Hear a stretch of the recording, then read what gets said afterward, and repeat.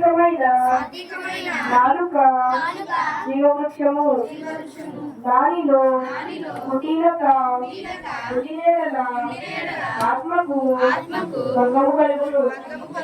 మూడు తన తండ్రి చేయు శిక్షను తిరస్కరించును. గద్దింపులకు లోబడువాడు బుద్ధిమంతుడగును. నీతివంతుని ఇల్లు గొప్ప ధననిధి. భక్తిహీనునికి తలుపు వచ్చుబడి శ్రమకు కారణము. జ్ఞానుల పెదవులు తెలివిని వెదజల్లును. బుద్ధిహీనుల మనస్సు స్థిరమైనది కాదు. భక్తిహీనులు అర్పించు బలులు యెహోవాకు ధ్యేయములు.